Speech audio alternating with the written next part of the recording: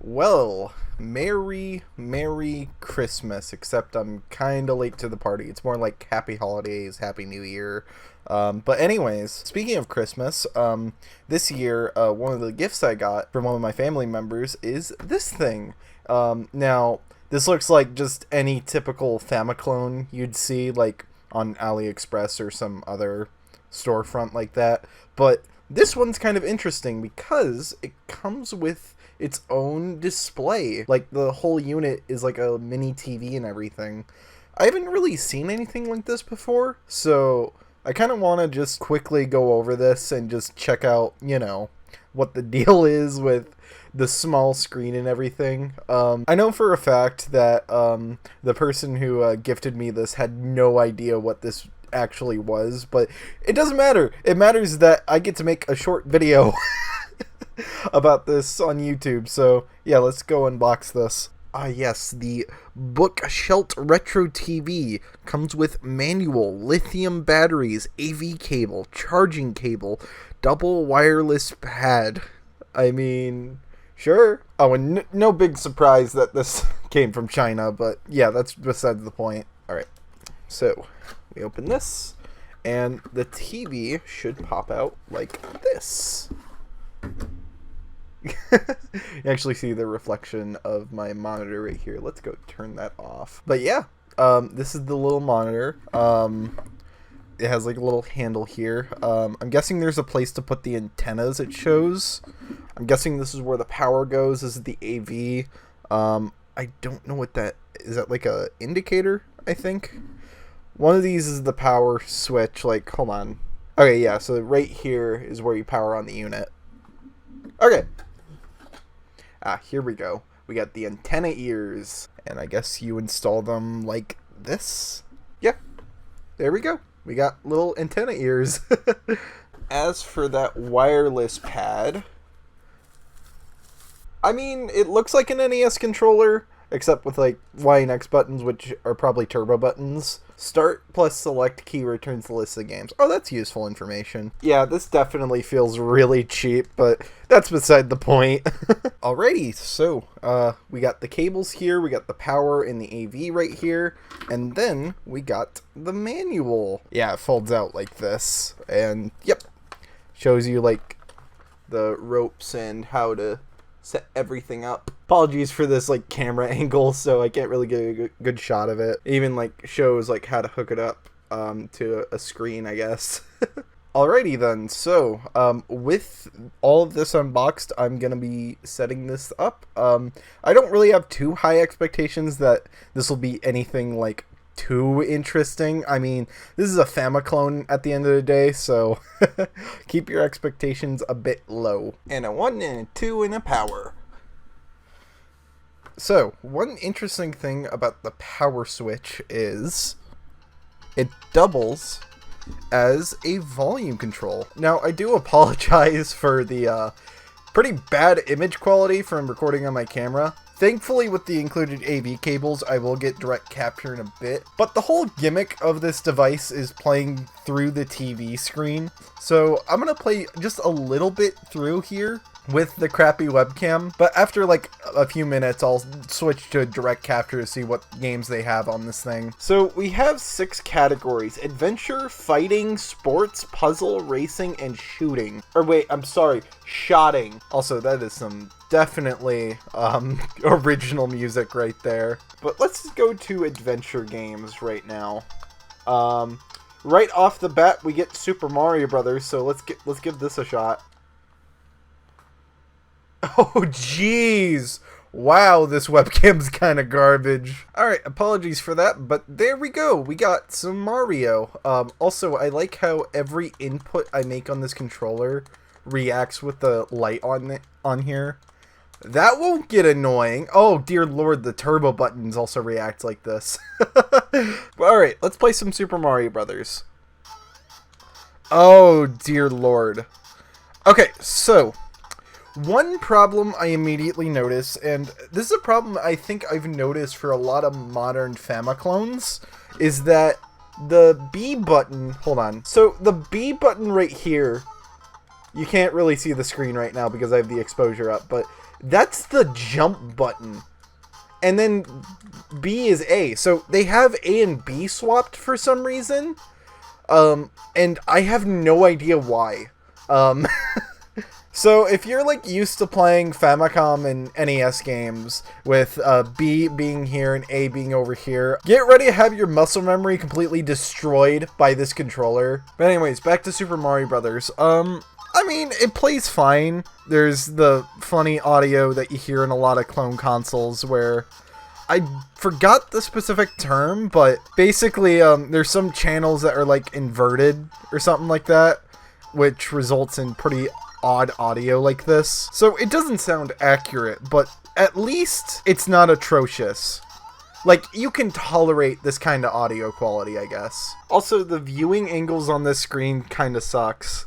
I'm having to play on an angle because of recording reasons, but oh my gosh, like if you're not dead center on the screen, it's like completely washed out. So this is like an extremely cheap screen. And I will also note, yes, there is a bit of input lag. It isn't too terrible, but you can definitely notice it. Maybe when playing through a CRT it won't be so bad, but we'll see. Okay, so now that we have the exposure, you can actually see the menu a little bit better. I'm gonna play like about one more game on this screen before I switch back to a direct capture. So let's go to fighting game. Hurdle 1, Double Dragon, Street Fighter, Ricky Cuneo, River City Brawl, Tag Team Wrestling. Okay, let's try Kung Fu. Whoa, some of these colors are like off. Also, punch and kick are like on the opposite sides. That's totally not going to get annoying. So I don't think the color palette on this clone is exactly right. Unless this particular game is modified, which I highly doubt.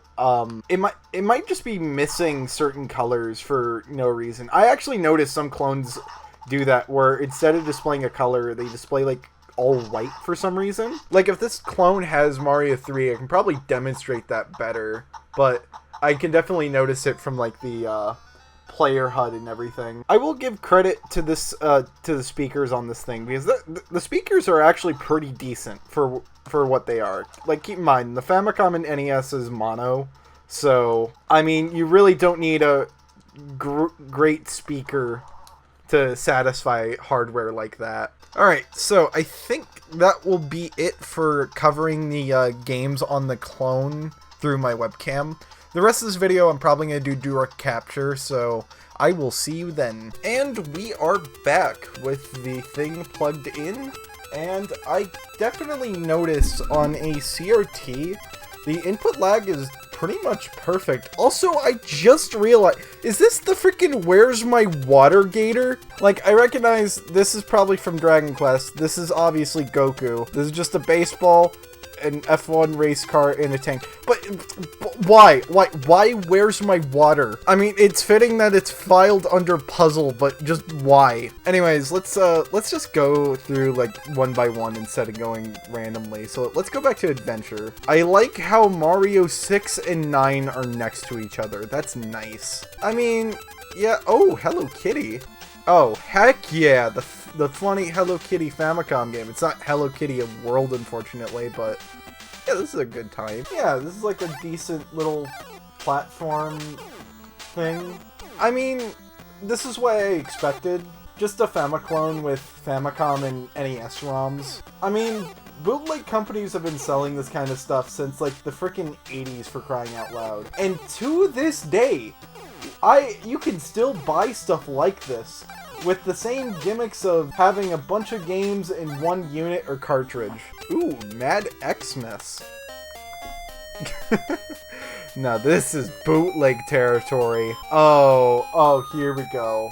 So my goal is to get like the sweets and presents and everything, but avoid anything bad like this.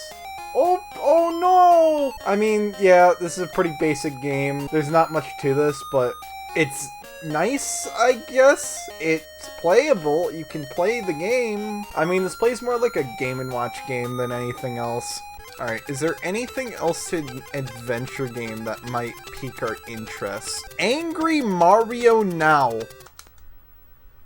Whoa! We just straight up got a Super Mario Brothers ROM hack in this. Oh yeah, this is definitely like a Kaizo hack of some kind.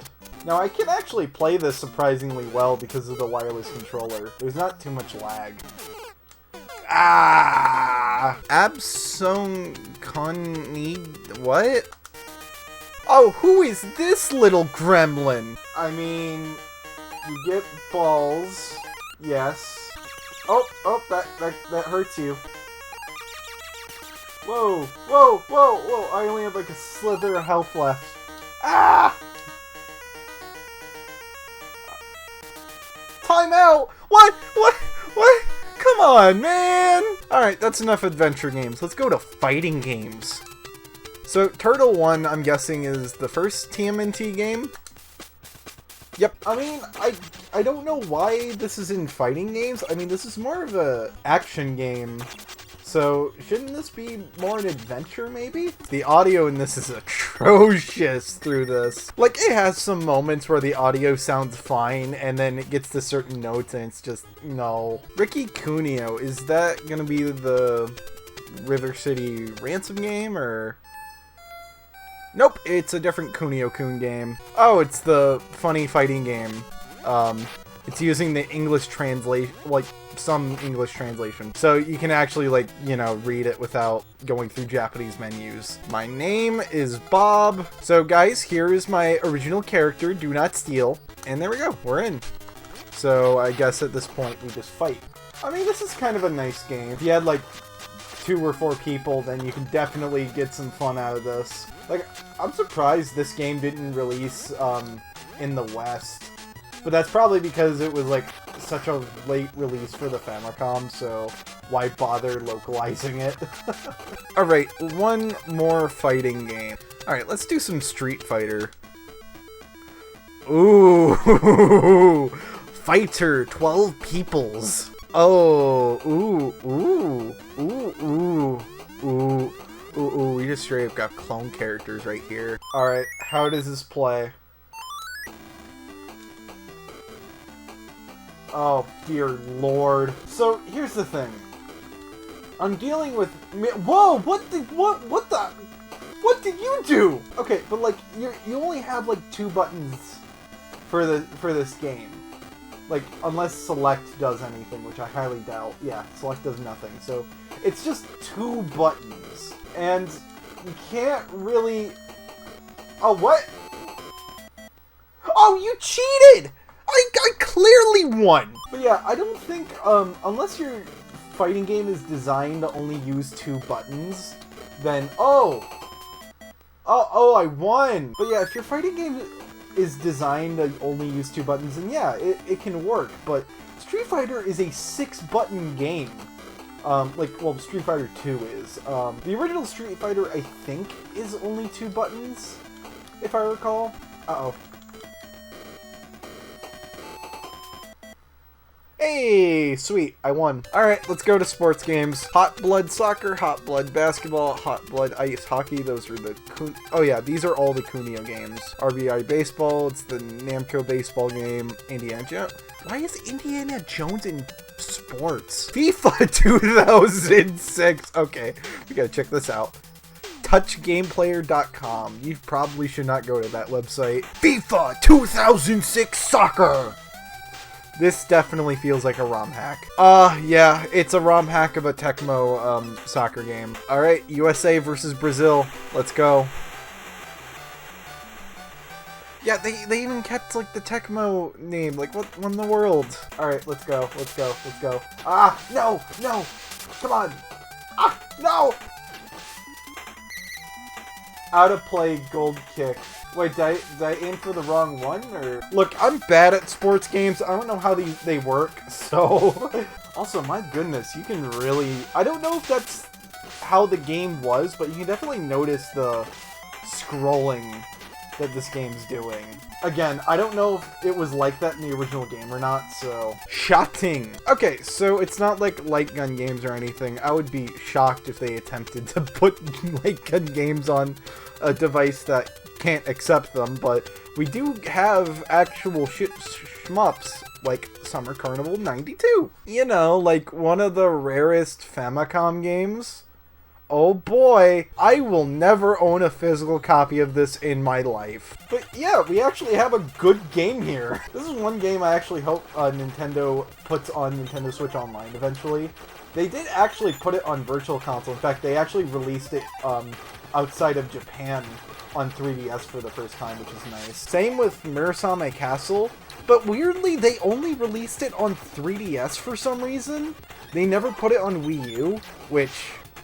why? Also, if you're wondering if I'm using the turbo buttons here, the answer is no. This game has like an auto turbo function, so I'm just holding the B button technically, but yeah. Alright, what else in Shateng? Okay, we know what Galaga is, but what about Galaga Plus? Oh, it's just Galaga. Oh, it just... You removed one part of the copyright, but kept it the other. Great job. Whoa, what is that ship? Oh, dear lord! My sprite is, like, tiny! Oh, that's... Why are the colors on the invaders up there, like, reversed? What in the world? Ooh, great, good bootleg. Thank you, very cool. Okay, Fantasy Zone.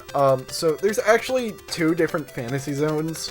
So you got the Famicom game by Sunsoft, and then the NES game by Tengen. So, what version did they use? They used the Sunsoft one. Sweet! It's the better one, so... Oh, whoops. And this is the one part where having auto-fire is actually useful.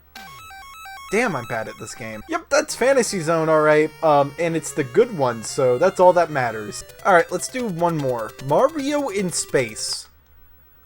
Oh, it's another Galaga hack, but... Oh, it's Touch Game Player again. Yep, that is a Mario in Space, alright. Oh my god. Okay, this is actually a fine hack. It gets a little chuckle. I actually don't mind this one.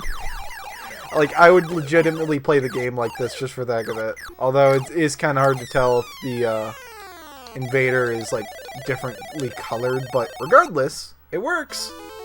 Mario captured! That sounds so threatening. Okay, that was shooting. Let's go to racing. Astrofang, Super Mac, Taito... Alright, I recognize Taito Case. That's Road Blaster, Firebird, Circle Racing, Colliding, Zippy Race, Seething! Oh, we gotta check out Seething. Oh! Ooh! Ooh, we're in bootleg territory right here. Ooh, ooh! Ooh, oh! I was supposed to make that ramp. Oh, this plays like, Bump and Jump? Is that the game? Like, because I recognize, like, it, like, jumping like that, except I don't think I remember Bump and Jump having this many pits you had to go through, unless it did. I never really played that game. Oh, that's a great respawn place.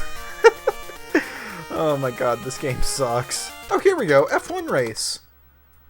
A classic Nintendo game developed by HAL Laboratories. I believe this was like one of Satoru Iwata's like first works on the Famicom. I think this was after Pinball, if I remember right. Whoa, whoa, what in the world? Whoa. Okay.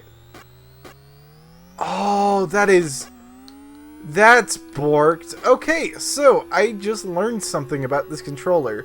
So you can press left and right, like, fine, but sometimes it registers a left input, especially if you hold the up direction.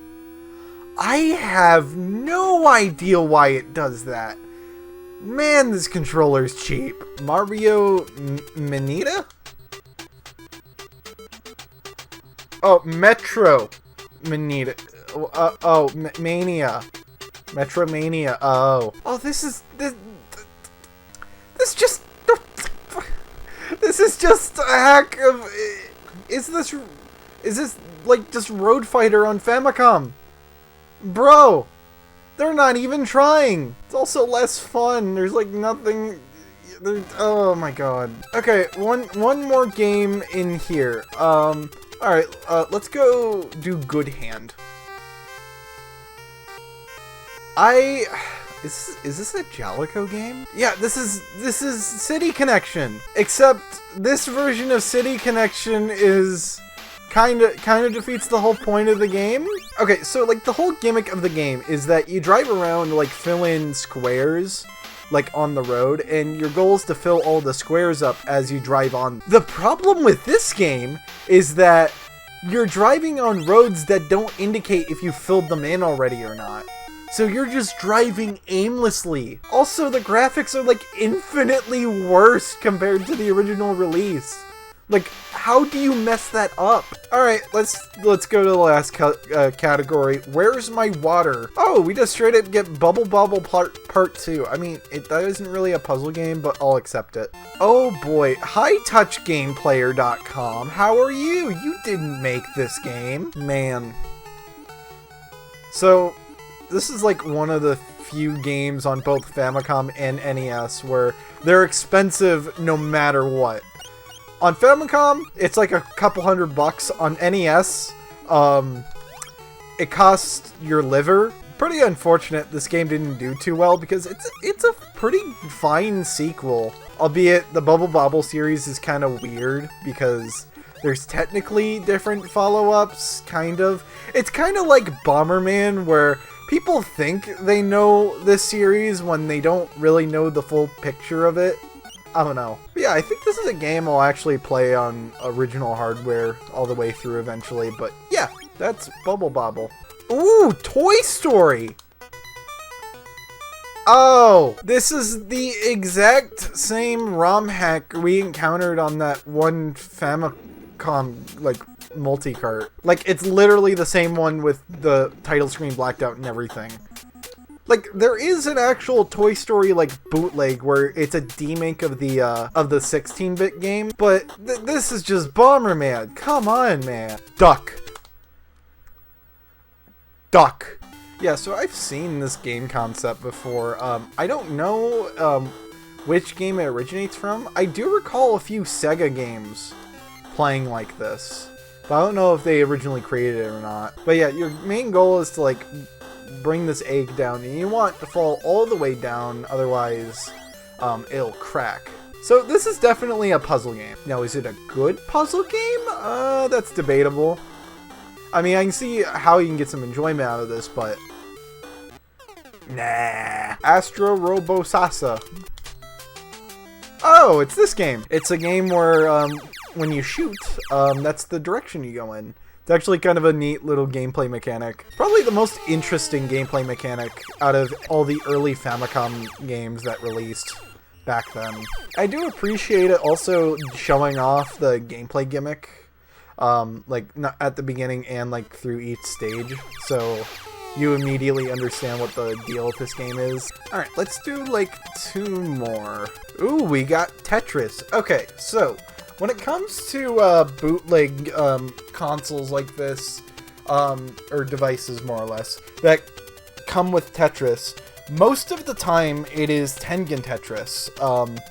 And I've always wondered why they never decided to do the one developed by Nintendo. And it's probably because Tengen Tetris has just more features compared to Nintendo Tetris.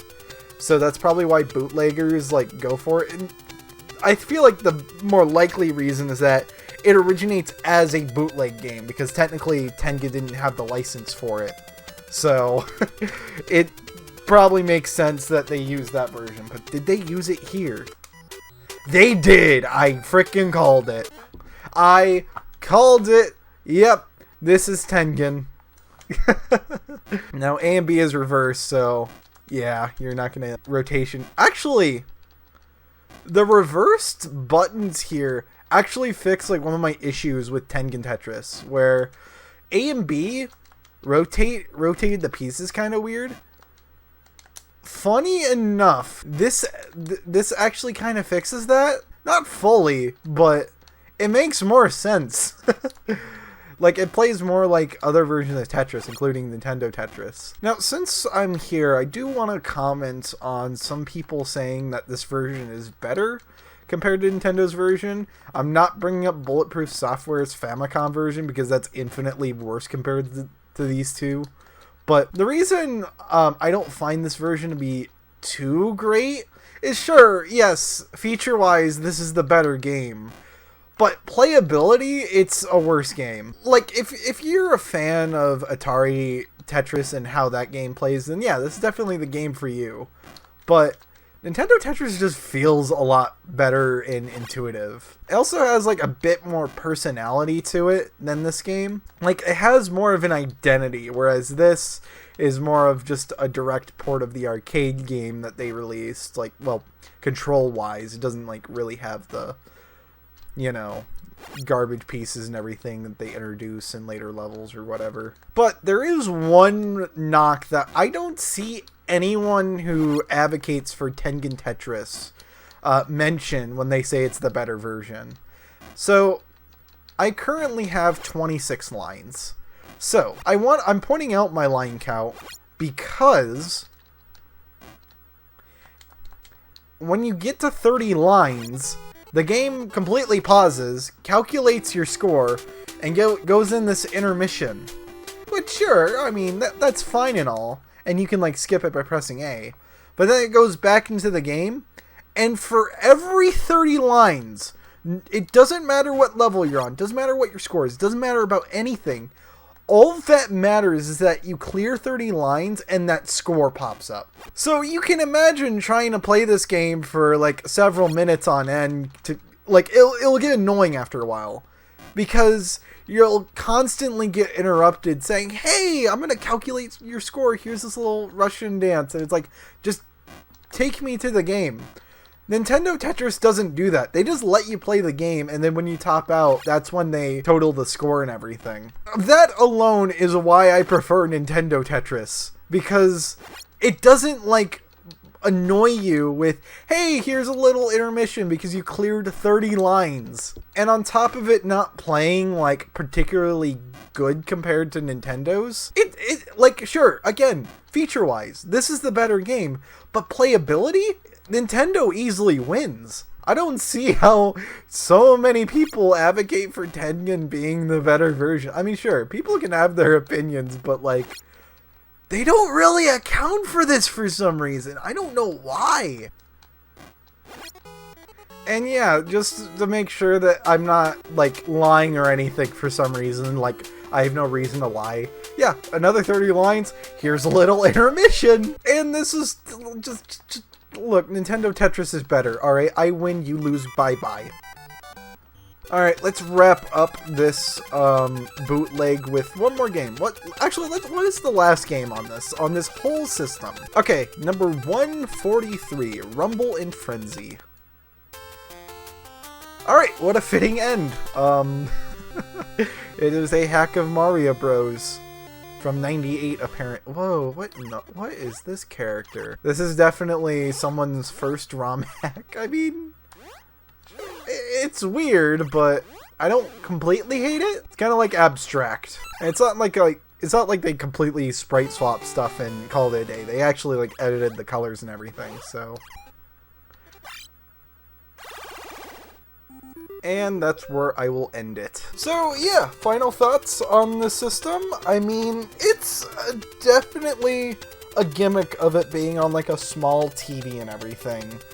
But I feel like after like a quick playthrough of this and just like showing off friends, "Hey, look, this thing can play video games and everything," the novelty kind of wears off, and then you slowly realize, oh, this is just the same bootleg crap we've seen since the late 80s, probably not even the late 80s, since the freaking Famicom came out, for crying out loud. I mean, it is surprising to see this hardware, like, continue being sold to this day. It's just slowly evolving into different form factors. Like, it looks different year after year, but it's still running and playing the same games, like, all these years later. I just find that so fascinating. I actually hope these things never go away, because I actually find this stuff to be really neat. But yeah, that's the video. Happy holidays! Goodbye!